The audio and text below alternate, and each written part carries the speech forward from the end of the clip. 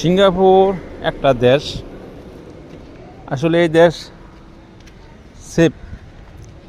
এই দেশ সেফ বলে অনেক অনেক দেশের সাথে ভালো উন্নত দেশের সাথে লোক এই দেশও থাকে, কারণ নিরাপত্তা দেয় বেশি। যে কোনো দেশের লোক এই দেশে থাকে, নিরাপত্তা 100%।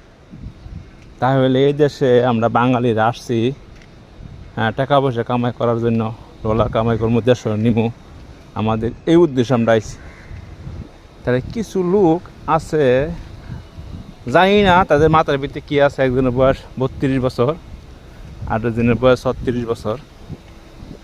কি করে সম্ভব এই দেশে আইসা জাল টাকা বানাইলো কীভাবে?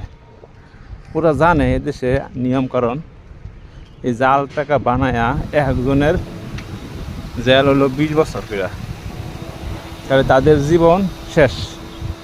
তাহলে জানি না হইন না 32 বছর বয়স কীভাবে এই কামটা করলো?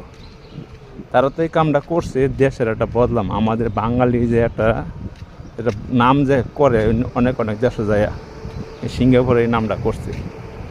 যাই হোক, জানি না আল্লাহ ওদের মাথার ভিতরে কী দিছে, কী উদ্দেশ্যে এই কামগুলা করলো। হ্যাঁ, এই দেশের মেয়ে যাইসা বিচার, আমার বিচার ফাঁসি দেওয়া দরকার ছিল। আমার দেশের পুরাটা দেশের বদনাম করছে এরা। যাই হোক, জিনিসটা শেয়ার করে দিন যারা এই দেশে যারা আসবে। এদেশের নিয়ম জানি না, যদি ভুল করে হ্যাঁ ফাঁসি দিলে সবচেয়ে ভালো। বেশি 20 বছর কম, ফাঁসি দিলে সবচেয়ে ভালো হতো।